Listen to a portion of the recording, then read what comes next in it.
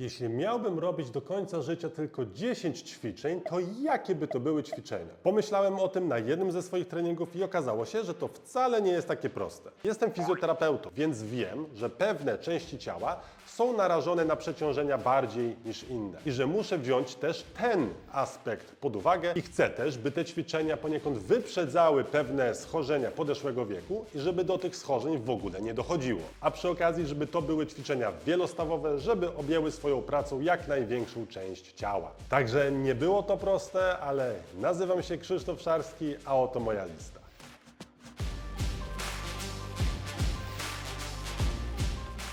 Pierwszym ćwiczeniem jest martwy ciąg jednorącz i jest to bardzo dobre ćwiczenie, ponieważ bardzo mocno angażujesz mięśnie tułowia i mięśnie brzucha przy okazji.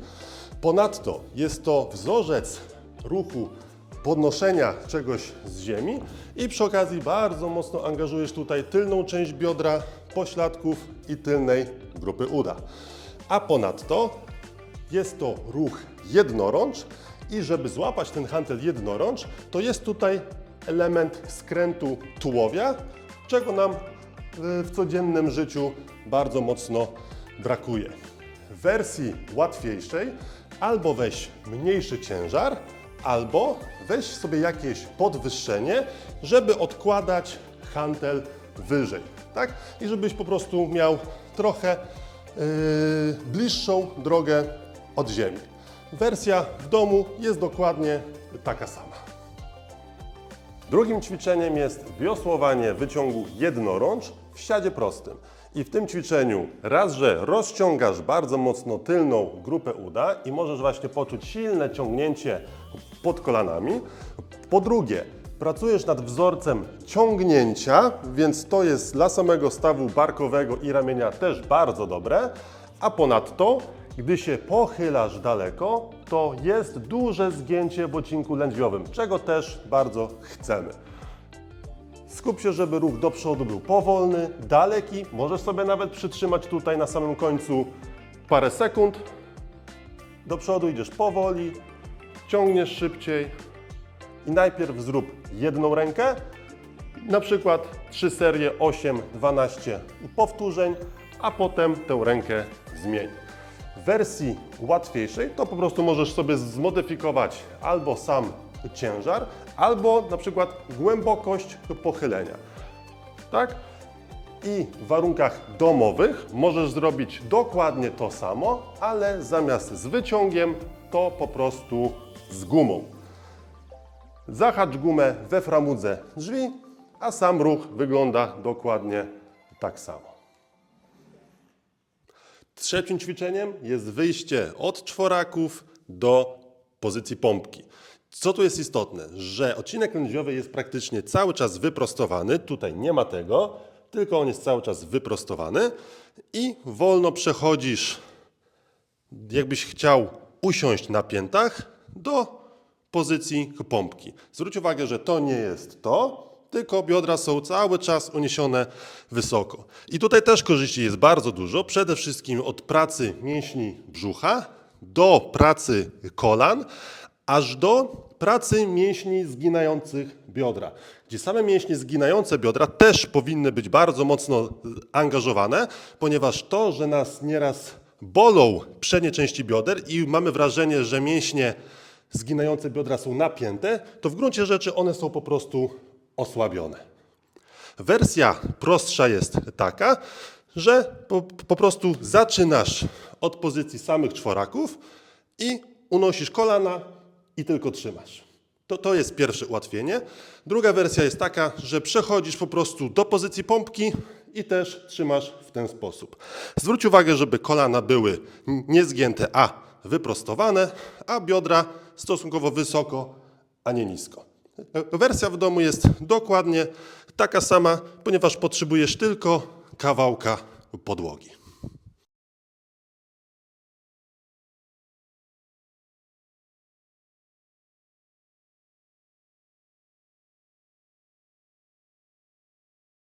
W ćwiczeniu czwartym przeciwdziałamy bólom kolan i ostrogom piętowym.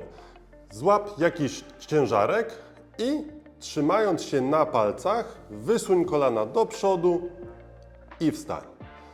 Tutaj bardzo mocno angażujesz przednie części ud i wzmacniasz kolana. A przewlekłe bóle kolan to są najczęściej kolana, które są niedociążone i słabe. A ruch stopy, czyli to, że się paluch mocno zgina i stopa mocno pracuje, napina ścięgna, podeszwy i przeciwdziała właśnie entezopatią i tendinopatią w okolicach rozcięgna podeszwowego i może zapobiegać bólom pięt i bólom stóp. Jeśli ta wersja będzie dla Ciebie za ciężka, to możesz oczywiście zrzucić ciężar, tak? I z niego zrezygnować, to jest jedna rzecz, albo schodź nie aż tak nisko, tylko się zatrzymaj mniej więcej w połowie. Oczywiście pamiętaj, żeby sam ruch w dół był stosunkowo wolny, a w górę możesz wyjść szybciej.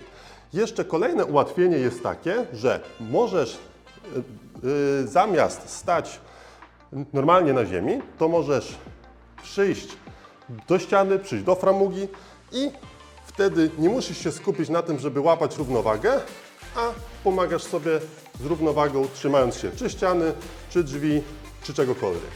Ale znowu się staraj schodzić w dół powoli, w górę szybciej.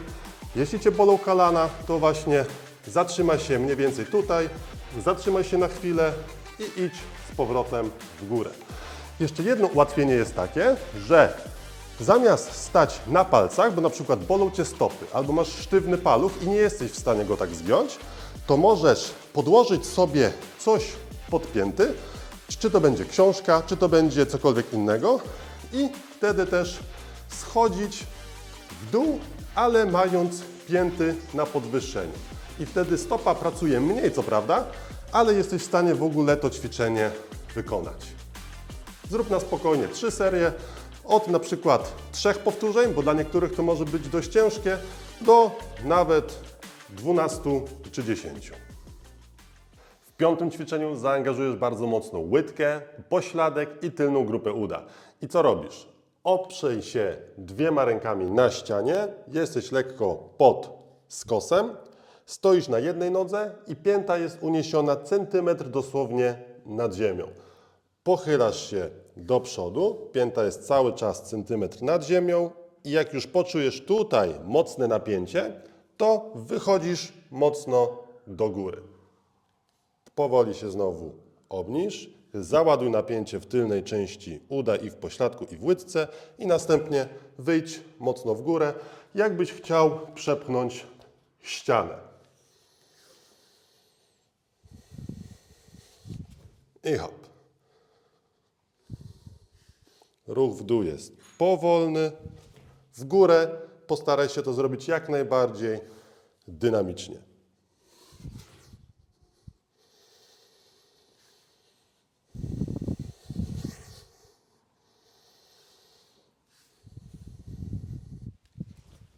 Zwróć uwagę też, żeby plecy mieć tutaj cały czas wyprostowane. To nie jest to i to nie jest takie zgięcie, ponieważ wtedy nie czujesz tutaj żadnego napięcia. Ale gdy się tutaj wyprostujesz i pośladek się wydłuży, to wtedy to jest ten moment, kiedy będziesz czuć tutaj napięcie i o to napięcie nam bardzo mocno chodzi. Wersja łatwiejsza jest taka, że zamiast na jednej nodze, to stoisz na 2. I sam ruch wygląda dokładnie tak samo, czyli masz też pięty centymetr nad ziemią, pochylasz się do przodu, też tutaj czujesz napięcie w tylnych częściach ud i w pośladkach i wychodzisz dynamicznie do góry. Pięty są centymetr nad ziemią, ładujesz tylną taśmę i wychodzisz mocno w górę. To ćwiczenie bardzo mocno Ci zaangażuje łydki i całe mięśnie trójgłowe i tylną grupę uda i pośladki, na czym nam cały czas w życiu zależy.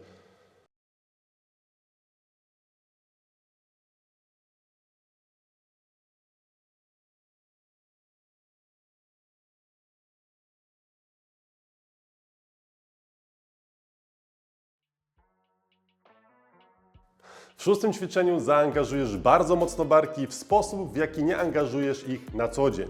I co robisz? Weź sztangę, może być 20, 15 albo 10, dobierz sobie do swoich możliwości i złap ją stosunkowo szeroko. I co robisz?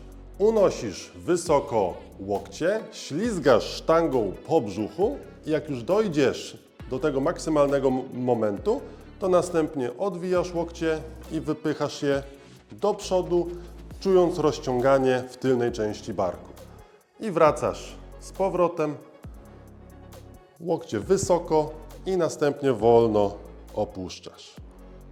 Znowu łokcie prowadzą, gdy już nie możesz dojść wyżej, odwracasz łokcie, wypychasz je do przodu. Tu możesz się chwilkę zatrzymać dla rozciągnięcia. Ja normalnie to robię trochę wyżej, ale nie chcę uderzyć w mikrofon. Sztanga się nie rusza, odwijasz łokcie i powoli obniżasz. Staraj się, żeby ruch był prowadzony wolno i żebyś kontrolował każdy moment ruchu.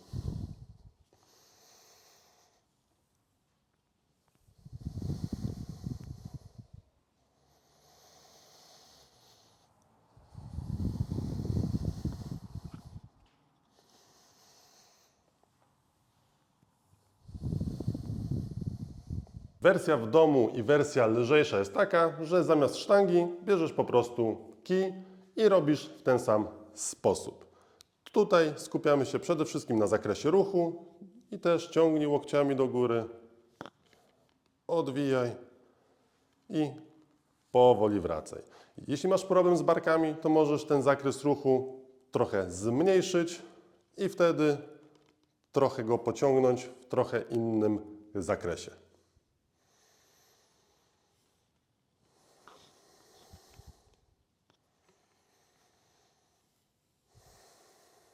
Siódmym ćwiczeniem otworzysz klatkę i przeciwdziałasz drętwieniom rąk, szczególnie w nocy. A jest to najzwyklejsze, klasyczne wyciskanie hantli na ławce płaskiej. Zwróć tylko uwagę, żeby ruch w dół był prowadzony wolno, a na dole trzymasz hantlę przy dużym rozciągnięciu i w górę wypychasz szybciej. Na dół powoli, do samego końca, poczuj rozciągnięcie, przytrzymaj 2 sekundy i hop.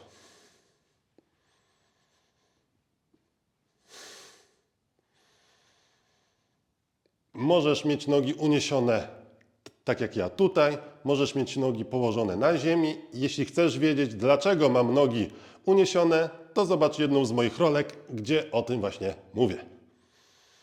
I to ćwiczenie bardzo dobrze Ci otworzy klatkę, rozciągnie klatkę i przeciwdziała drętwieniom rąk, które są właśnie spowodowane uciskiem struktur nerwowych w przedniej części klatki piersiowej. Żeby sobie to ułatwić, weź oczywiście lżejsze hantle i jeśli czujesz ból barku, możesz ruch zatrzymać delikatnie szybciej. W wersji w domu, gdy nie masz ławki, możesz użyć do tego jednego hantla i połóż się na ziemi, weź hantel w jedną rękę, skręć ciało w jedną stronę i następnie wypychaj hantel jedną ręką przy rozciągnięciu tylko jednej części klatki. Gdy zrobisz jedną rękę, potem przełóż hantel do drugiej i wykonujesz to samo.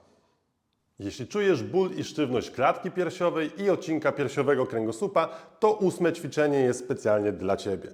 I co robisz? Stoisz bokiem do wyciągu linkowego, łapiesz rączkę w 2 ręce i następnie po obszernym półkole skręcasz się do boku i jeszcze wykorzystaj do tego nogę. Wracaj powoli, wspomóż się nogą i powoli wracasz. Łokcie są tutaj względnie wyprostowane.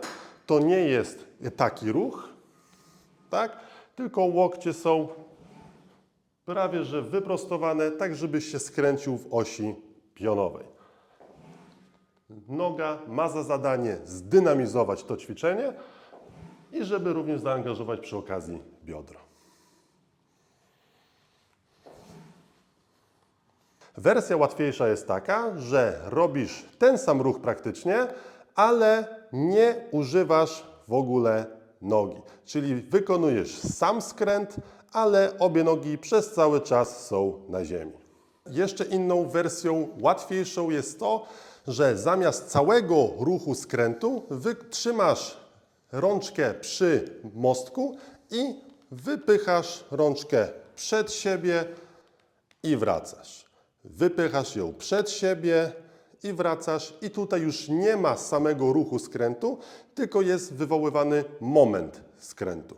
W warunkach domowych zamiast wyciągu linkowego wykorzystaj gumę, również ją przytwierdź we framudze drzwi czy do czegoś stabilnego i wykonaj ruch skrętu. Zwróć tylko uwagę, że to jest dość obszerny ruch i guma będzie zmieniała dość mocno swoje napięcie w trakcie ruchu. Więc tak sobie dobierz samą gumę i tak sobie dobierz odległość od miejsca przyczepienia gumy, tak żeby cały ruch był możliwy do wykonania. Zrównoważona praca barku to esencja ćwiczenia 9. Co robisz? Chwyć w rękę sztangę na dosłownie leciutko odblokowanych łokciach i na tych łokciach unieś sztangę nad głowę. Gdy już masz ją nad głową, to uginasz łokcie, sztangę przenosisz za głowę, wracasz i nie ruszając łokciami obniżasz sztangę. W ten sposób bardzo mocno pracuje tutaj głowa długa mięśnia dwugłowego ramienia, czyli pracuje bardzo mocno przednia część barku, a tutaj, gdy obniżasz sztangę, to pracuje bardzo mocno głowa długa mięśnia trójgłowego, czyli dwa mięśnie, które nam krzyżują bark i bardzo mocno wpływają na jego funkcję i sprawność. A my w tym ćwiczeniu robimy dwie te rzeczy naraz, więc jest to ćwiczenie bardzo ekonomiczne czasowo. I znowu tutaj powoli. Gdy idziesz w górę, możesz zrobić to trochę szybciej, ale obniżaj powoli. Tu szybciej, obniżaj powoli. Tutaj możesz czuć mocne rozciągnięcie właśnie albo pod pachami, albo w okolicach tylnej części ramion, a tutaj możesz czuć mocną pracę przednich części barków. Wersja łatwiejsza jest taka, że zamiast sztangi bierzesz po prostu kij, albo po prostu bierzesz na przykład lżejszą sztangę i robisz w ten sam sposób. Wersja w domu jest dokładnie taka sama, ponieważ potrzebujesz tylko sprzętu. Ćwiczenie 10 bardzo często wykorzystuję u pacjentów z bólami pleców i w tym celu stań sobie w dość dużym rozkroku, przy okazji, żeby sobie rozciągnąć biodra, weź hantel w jedną rękę i trzymaj go mniej więcej tutaj przy barku. I co robisz?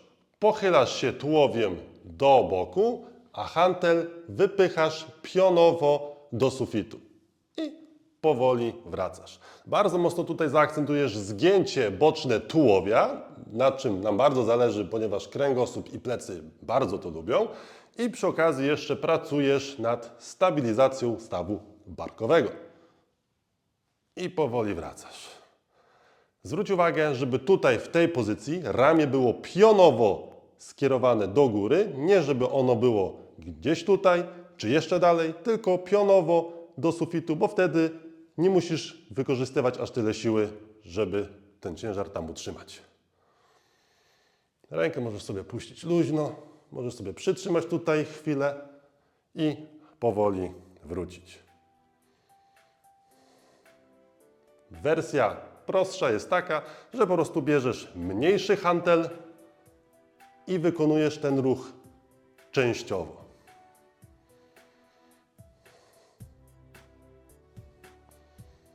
A wersja w domu jest taka sama.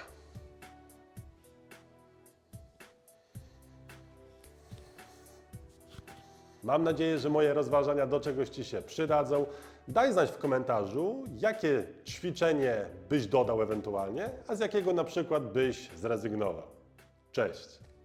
Dziękuję za obejrzenie filmu. Upewnij się, że zasubskrybowałeś kanał i też nie zapomnij zobaczyć innych filmów, które są dostępne na kanale dotyczące Twojego zdrowia.